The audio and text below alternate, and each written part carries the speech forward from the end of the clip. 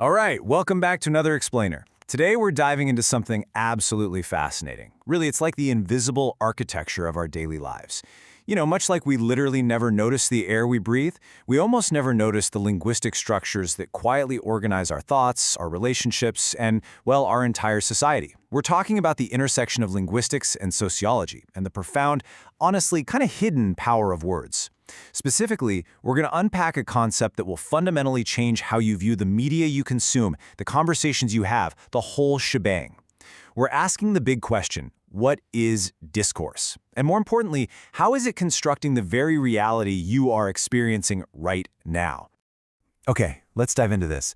It's so easy to think of language as just a mirror, right? Like just a passive tool we use to point at things and describe what's already there. A tree is a tree, a car is a car. Simple. But what if language isn't just a descriptive tool? What if it's actually an invisible matrix that surrounds us every single day, quietly but powerfully dictating exactly how we perceive the world? Think about it. What if words don't just describe the room, but they actually build the walls? To really get a grip on this, we need to ground ourselves with a formal definition. So, in academia, discourse is defined as language in use within a particular social context. And that second part is absolutely crucial. It goes way beyond isolated words or sentences. Discourse isn't just about grammar or vocabulary existing in some kind of vacuum. It encompasses the entirely dynamic ways we communicate, interact, and actually construct meaning. So think of words as active social tools, not just passive labels.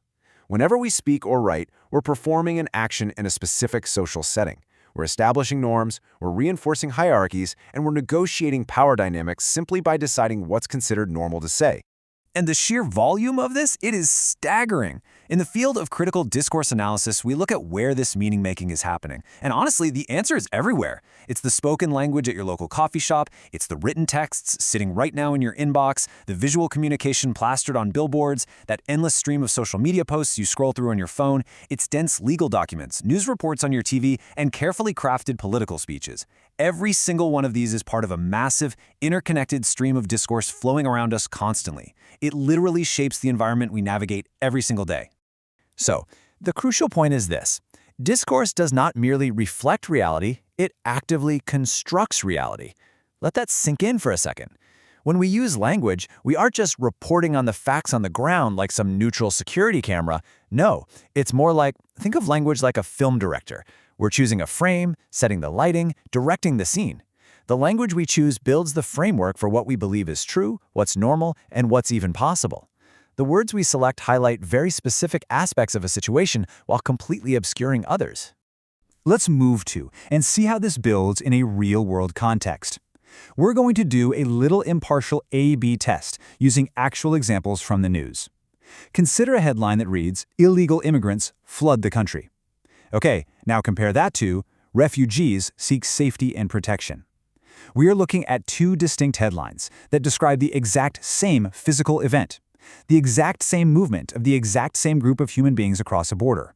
But notice how they construct entirely different realities for the reader. They aren't just reporting an event, they're actively telling you how to feel about it. So let's break down the mechanics of the language we just saw.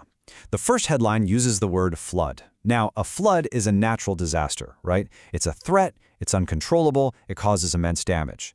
That specific discourse portrays the migrants as an active, overwhelming danger, and that subconsciously primes the reader to desire a response centered around defense and barriers.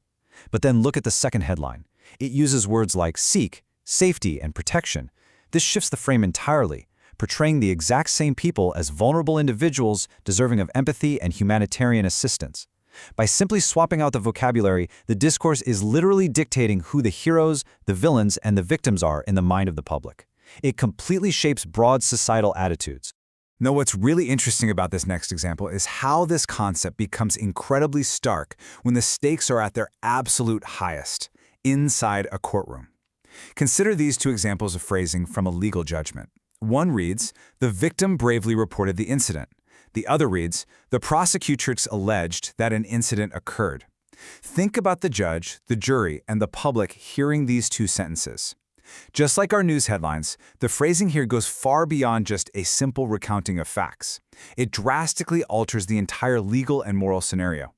And this brilliantly illustrates the real-world weight of discourse. That first statement, "The victim bravely reported," Well, it immediately constructs the complainant as credible, courageous, and wronged.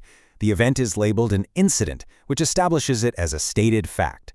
But then, the second statement uses this clinical, super-distant legal jargon, the prosecutrix alleged.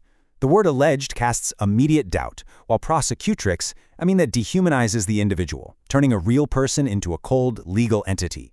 Furthermore, stating an incident occurred entirely removes the human element of who did what to whom. It creates this massive distance and profound uncertainty. The words chosen by a judge or a lawyer, they don't just describe a trial. They heavily influence how the individuals and the events are fundamentally understood by absolutely everyone involved. We're all basically swimming in a sea of language, and those currents are constantly pushing our thoughts, our beliefs, and our societal structures in very specific directions. From the news algorithms feeding you headlines, right down to the legal systems defining our very rights, words are actively building the world around us.